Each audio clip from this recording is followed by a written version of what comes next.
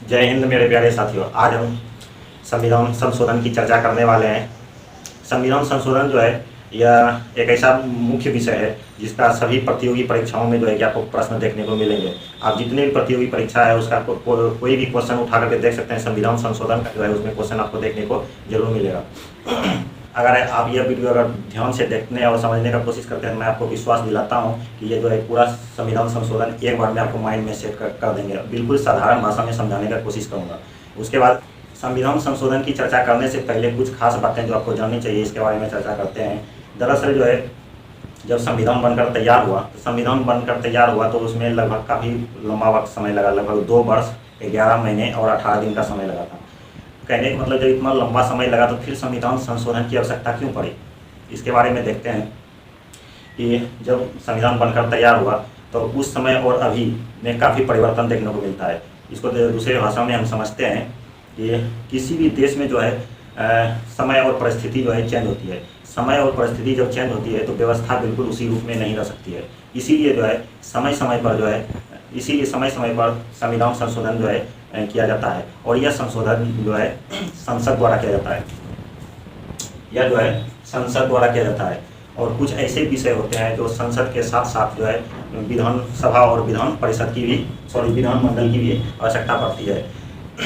उसके बाद यह संशोधन की प्रक्रिया जो है यह अनुच्छेद भारतीय संविधान में अनुच्छेद 368 के अंतर्गत देखने को मिलता है।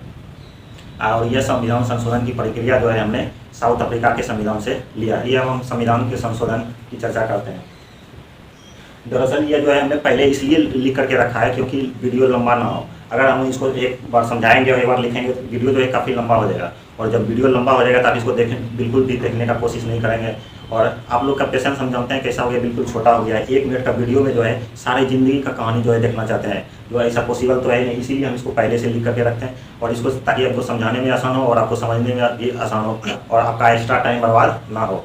चलिए हम देखते हैं पहला संविधान संशोधन क्या। प्रथम संविधान संशोधन जो है 1951 में हुआ। जब संविधान बन करके तैयार हुआ और तैयार होने के बाद 26 जनवरी 1950 को हमारा संविधान पूर्ण रूप से लागू हुआ। लागू होने के बाद जस्ट 1 साल बाद जो है प्रथम संविधान संशोधन हुआ 1951 में। 51 में संविधान संशोधन जो हुआ उसमें 9वीं अनुसूची जोड़ी गई। हमने पिछले वीडियो अनुसूची वाले चैप्टर में चर्चा किया है कि हमारे मूल संविधान में 8 अनुसूचियाँ हैं, लेकिन वह जो है अभी जो है बढ़ करके 12 अनुसूची हुई है। तो इसमें जो 9वीं अनुसूची जोड़ी गई है, हम इसमें मुख्य रूप से क्या कर सकते हैं कि प्रथम संविधान संशोधन में जो है कि 9वीं अनुसूची जोड़ी गई और उसमें विषय जो है भूमि सुधार है। और ध्यान रहिएगा जो है कानूनी मान्यता नहीं है, इस पर हम कोई भी सुप्रीम कोर्ट में जाकर के दावा नहीं कर सकते। उसके बाद है दूसरा नहीं 7वां संविधान संशोधन। दरअसल इसमें जो है हमने उसी संविधान संशोधन को जगह दिया है जो मुख्य रूप से किसी प्रतियोगी परीक्षाओं में पूछे जाते हैं, और इसीलिए हमने सभी संविधान संशोधन को इसमें जगह नहीं दिया है। उसके बाद 7वां संविधान संशोधन 1956। 7वां संविधान संशोधन 1956 में क्या हुआ कि जो है राज्यों के वर्गों का जो है समाप्ति कर दिया गया। दरअसल पहले जो है 1956 से पहले क्या था कि देश के अंदर राज्य को 4 वर्गों में बांटा गया था, A B C D क ख ग। लेकिन उसको जो है समाप्त करके जो है राज्य के वर्गों को समाप्त कर दिया और जो है 1956 के बाद जो है 14 राज्य और 6 केंद्र शासित प्रदेश बनाए गए। इसी संविधान संशोधन द्वारा 2 या 2 से अधिक राज्यों के लिए एक ही हाईकोर्ट की व्यवस्था की गई है। अभी आप पता भी होगा कि आपको वर्तमान में जो है हाईकोर्ट की संख्या जो है बढ़ करके 25 हो गई है। और इसी संविधान संशोधन द्वारा एक और मुख्य बात याद रख सकते हैं कि 2 या 2 से अधिक राज्यों के लिए एक ही राज्यपाल की व्यवस्था भी की गई है। उसके बाद है 13वां संविधान संशोधन 1962। 13वां संविधान संशोधन 1962 में क्या बताया गया है कि नागालैंड को जो है पूर्ण राज्य का दर्जा दिया गया है। नागालैंड जो है पूर्ण राज्य का दर्जा दिया गया और यह अनुच्छेद 371 में इसको 371 का क में जगह दिया गया है। उसके बाद है 21वां संविधान संशोधन 1967। 21वां संविधान संशोधन 1967 में भाषा की बात कही गई है। हमने पिछले वीडियो अनुसूची चैप्टर में चर्चा किया था। अगर आपने वो वीडियो नहीं देखा है तो जाकर के उस वीडियो को देख सकते हैं कि अनुसूची चैप्टर में हमारे मूल संविधान में 8 अनुसूचियाँ थी जो अभी बढ़ करके 12 हो गई है। तो पहली एक तो 9वीं अनुसूची जोड़ी गई थी, इसको तो हम पढ़ चुके हैं। और उसके बाद 8वीं अनुसूची में हम चर्चा करते हैं कि 8वीं अनुसूची में जो है 14 भाषा का वर्णन किया गया था, जो अभी बढ़ करके 22 भाषा हो गया है। 22 भाषा कौन कौन सा, इसके बारे में हम चर्चा करेंगे। 21वां संविधान संशोधन 1967 जिसमें जो है सिंधी भाषा जोड़ी गई थी। और उसके बाद है 71वां संविधान संशोधन 1992 71वां संविधान संशोधन 1992 में जो है 3 भाषा जोड़ी गई, नेपाली, मणिपुरी और कोंकणी। नेपाली, मणिपुरी और कोंकणी। उसके बाद है 52वां संविधान संशोधन 2003, इसमें 4 नई भाषाओं को जोड़ा गया। उसके बाद 4 नई भाषा कौन सा है, इसको शॉर्ट में याद रख सकते हैं, बोर्ड भाषा, यानी कि बोडो, डोगरी, मैथिली और संथाली। तो उम्मीद करते हैं कि ये जो भाषा अगर याद नहीं होता है, जिसमें ट्रिक के माध्यम से याद कर सकते हैं कि 21वां संविधान संशोधन 1967 में पहली भाषा सिंधी को जोड़ा गया। उसके बाद 71 में 21 जोड़ेंगे तो हो जाएगा 1952 में जो है 3 नई भाषा जोड़ी गई, नेपाली, मणिपुरी और कोंकणी। उसके बाद जब 1992 होता है तो 92 संविधान संशोधन 2003 द्वारा 4 नई भाषा को जोड़ा गया, इसमें बोडो, डोगरी, मैथिली और संथाली। उसके बाद है 31वां संविधान संशोधन 1973। 31वां संविधान संशोधन 1973 में जो है लोकसभा के सीटों की संख्या जो है बढ़ा करके 525 से 545 कर दिया गया। 1973 से पहले लोकसभा के सीटों की संख्या 525 हुआ करती थी, लेकिन 1973 के बाद जो है लोकसभा के सीटों की संख्या 525 से बढ़ा करके 545 कर दिया गया। इसमें जो है 543 जो है चुनाव प्रक्रिया द्वारा जीत करके आते हैं और 2 जो है राष्ट्रपति द्वारा एंग्लो इंडियन को मनोनीत किए जाते हैं। इसमें 2 एंग्लो इंडियन जो है जो राष्ट्रपति द्वारा मनोनीत होते थे, इसे समाप्त कर दिया गया और अभी जो है अब वर्तमान में 543 सीटों पर ही चुनाव होता है और यह चुनाव प्रक्रिया ही द्वारा चुन करके आते हैं। और वर्तमान में यह जो है लोकसभा की सीटों की संख्या 2026 तक सीमित कर दिया गया है। 2026 के बाद ही लोकसभा सीटों में परिवर्तन कुछ किया जा सकता है, अभी 2026 तक इसमें कोई परिवर्तन नहीं किया जाएगा। उसके बाद है 36वां संविधान संशोधन 1975। 36वां संविधान संशोधन 1975 में जो है सिक्किम को 22वां राज्य का दर्जा दिया गया। 36वां संविधान संशोधन 1975 में सिक्किम को पूर्ण राज्य का दर्जा मिला और 56वां संविधान संशोधन 1987 द्वारा गोवा को पूर्ण राज्य दर्जा, गोवा को जो है पूर्ण राज्य का दर्जा मिला। यह जो है 22वां राज्य बना और यह जो है उस वक्त 25वां राज्य बना था। ठीक है, आपको पता होगा कि 1498 में क्या कहते हैं वास्को डी गामा कालीकट आया था 1498 में, और यह जो है 12 वर्ष के बाद यानी कि 1510 ईस्वी में गोवा पर अधिकार कर लिया था। भाई साहब सुन करके आपको बड़ी हैरानी होगी कि 1498 में वास्को डी गामा कालीकट आया था और 10 साल की जगह 12 वर्ष के बाद जो है यह गोवा पर पूर्ण अधिकार कर लिया यानी कि 1510 ईस्वी में। और उसके बाद 451 वर्ष, लगभग 451 वर्ष तक गोवा पर अधिकार किया और ये इसे जो है आज़ादी मिली 1961 ईस्वी में। 61 ईस्वी में गोवा को आज़ादी मिली। ये पुर्तगाल वाले जो थे ना भाई साहब बहुत ही बदतमीज थे, इसको लात मार कर भगाना पड़ा। ये सोच सकते हैं 1498 में आया था और 1510 में अधिकार किया और 451 वर्षों तक अधिकार करते रहा। उसके बाद लास्ट में इसको लात मार कर भगाना पड़ा लगभग 1961 में। सोच सकते हैं कितने बदतमीज थे।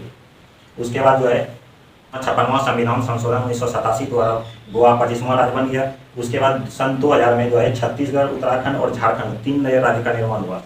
छत्तीसगढ़ जो है मध्य प्रदेश से अलग हुआ, उत्तराखंड उत्तर प्रदेश से अलग हुआ और झारखंड जो है हमारा बिहार से अलग हुआ। 2000 में 3 राज्य अलग हुआ, जिसमें जो है 25 और 3 28 राज्य हुए। राज्यों की संख्या जो है बढ़ करके 28 हो गई। और उसके बाद जो है फिर 2 जून 2014 को आंध्र प्रदेश से तेलंगाना अलग हो गया। उसके बाद राज्यों की संख्या जो है हो गई बढ़ करके 29। राज्यों की संख्या बढ़ करके 29 हो गई। ये बात है अगस्त 2019 को जम्मू कश्मीर पुनर्गठन अधिनियम द्वारा जो है क्या कहते हैं इसको धारा 370 हटा करके जम्मू कश्मीर को राज्य की श्रेणी से निकाल करके केंद्र शासित प्रदेश बना दिया गया। इसीलिए जो है राज्य की संख्या पुनः घट करके 29 से जो है 28 हो गई और केंद्र शासित प्रदेशों की संख्या 8 है। उम्मीद करते हैं कि ये जो है समझ में आया। इसके बाद जो है 42वां संविधान संशोधन। यह सबसे महत्वपूर्ण संविधान संशोधन है और इस संविधान संशोधन को जो है ना लघु संविधान के भी नाम से जाना जाता है। और इसके बाद जरा ध्यान से पढ़िएगा, थोड़ा इंटरेस्टिंग भी है इसको पढ़ने में। क्या क्या यह 42वां संविधान संशोधन जो है आपातकाल के दौरान जो है लाया गया था। इस समय इंदिरा गांधी की सरकार थी। 42वां संविधान संशोधन 1976 में आया। उसके बाद फिर जो है 44वां संविधान संशोधन 1978 में आया। ये दोनों में क्या कॉम्बिनेशन है, क्या लाया गया, क्या हटाया गया, बहुत इंटरेस्टिंग है। अगर इसको आप ध्यान से पढ़िएगा तो समझ में आएगा। चलिए इसको हम स्टार्ट करते हैं। 42वां संविधान संशोधन को हम लघु संविधान के भी नाम से जानते हैं।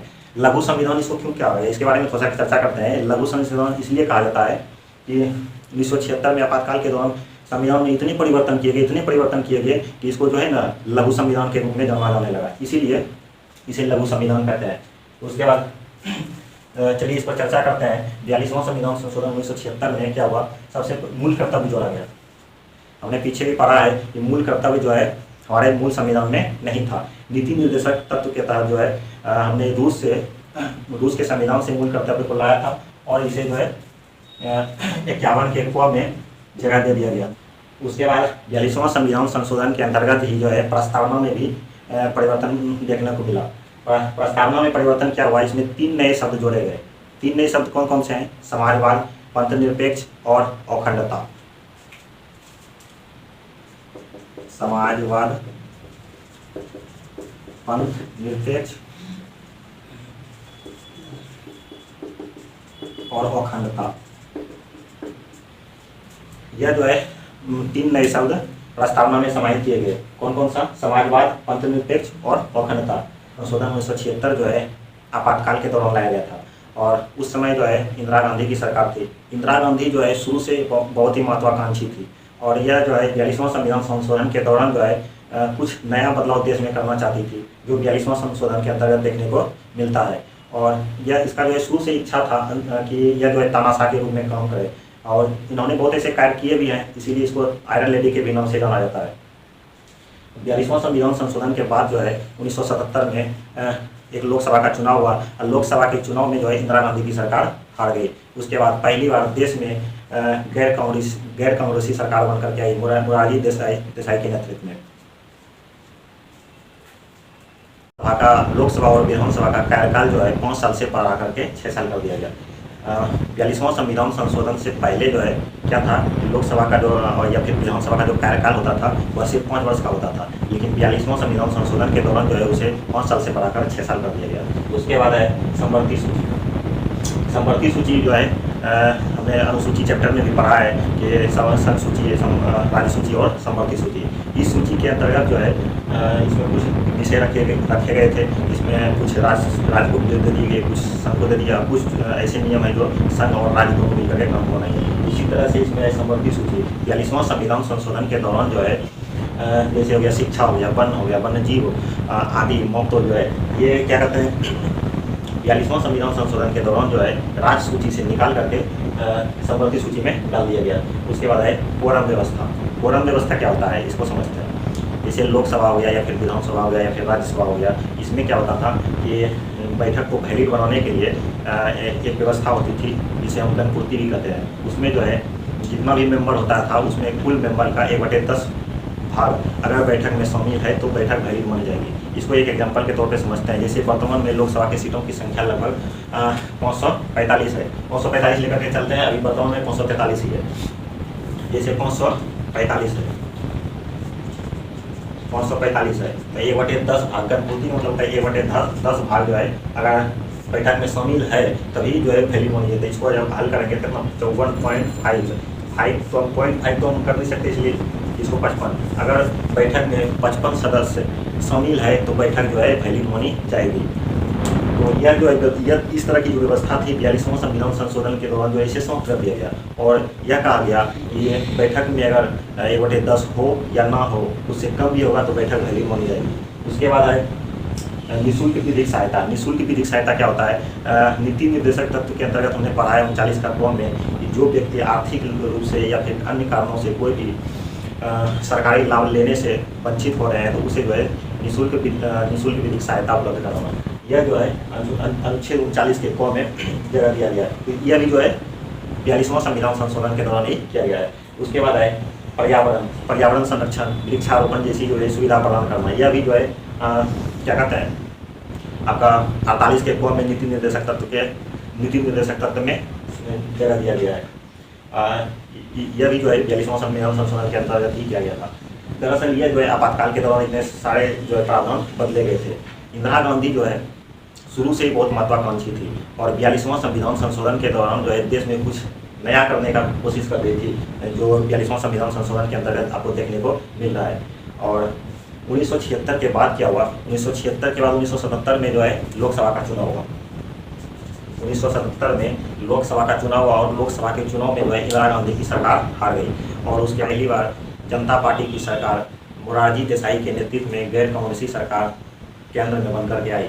उसके बाद क्या हुआ, जब मोरारजी देसाई के नेतृत्व में ये सरकार बनकर के आई तो 44वां संविधान संशोधन किया गया और इस संशोधन में जो है जितने भी 42वां संविधान संशोधन के दौरान परिवर्तन लाए गए थे या जो भी प्रावधान लाए गए थे उस सारे प्रावधानों को जो है इस प्रावधान में जो है 44वां संविधान संशोधन के अंतर्गत इसको बदलने का कोशिश किया गया और काफ़ी हद तक बदला भी गया और कुछ नए प्रावधान भी जोड़े गए थे। चलिए इसको देखते हैं, थोड़ा सा इंटरेस्टिंग है। 42वां 44वां कॉम्बिनेशन करके पढ़ते हैं तो इसको समझने में थोड़ा आसानी होगी। 44वां संविधान संशोधन में क्या किया गया कि लोकसभा और विधानसभा का कार्यकाल जो है 6 साल से 5 साल कर दिया गया।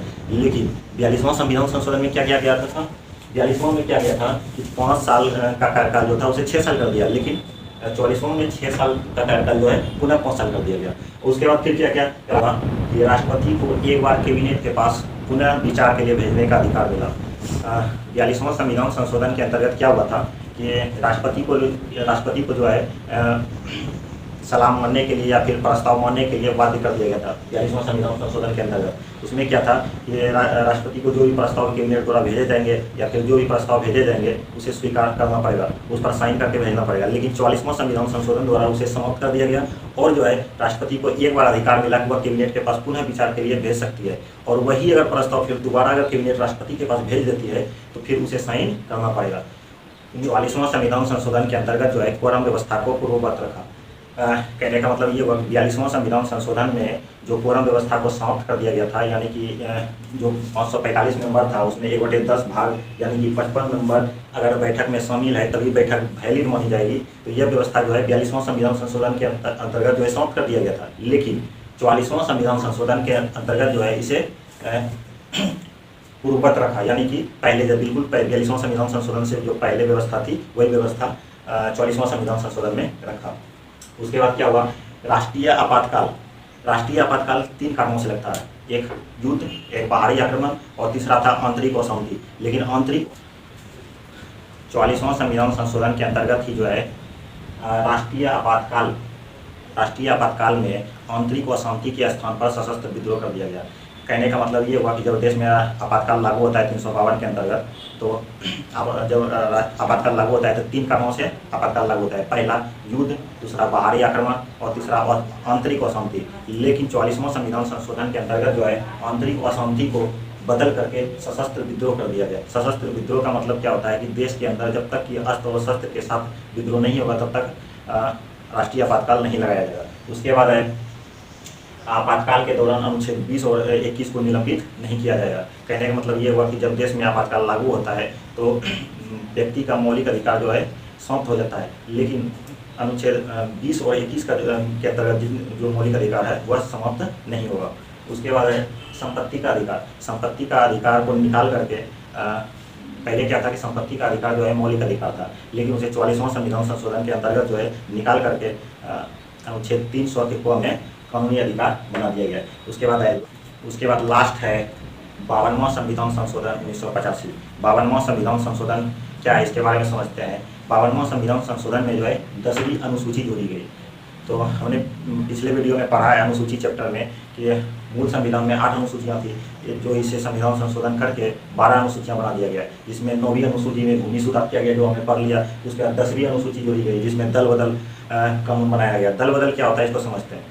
दल मान लिया जाए कोई व्यक्ति खास पार्टी से चुनाव जीत करके जो पैसे की लालच में या फिर पद के लालच में किसी और पार्टी में जाकर के शामिल हो जाते थे। ऐसे में क्या हुआ जो है सरकार के में जो है कि काफ़ी असंतुलन देखने को मिला, इसीलिए 10वीं अनुसूची जोड़ी गई और 10वीं अनुसूची में दल बदल संबंधी प्रावधान को सीमित किया गया और इसमें कहा गया कि अगर आपको पार्टी बदलनी है तो चुनाव के पहले अगर चुनाव जीत करके अगर पार्टी बदलते हैं तो आपकी सदस्यता जो है रिक्त मानी जाएगी। उम्मीद करते हैं ये सारे जो है संविधान संशोधन आपको समझ में आया होगा, और अगर समझ में आया तो वीडियो को लाइक, सब्सक्राइब और शेयर जरूर करें। और आगे का वीडियो जो है और भी संविधान संशोधन है जिसमें हम दूसरा वीडियो लेकर के आएंगे, नहीं तो वीडियो जो है काफ़ी लंबा हो जाएगा। इसीलिए से वीडियो यहीं तक सीमित करते हैं, और वीडियो अच्छी लगे तो लाइक, सब्सक्राइब और शेयर जरूर करें। कोई भी ऐसा सार्वजनिक कार्य जिसे करने से आपको खुशी मिलती है उसे अवश्य करें। जय हिंद।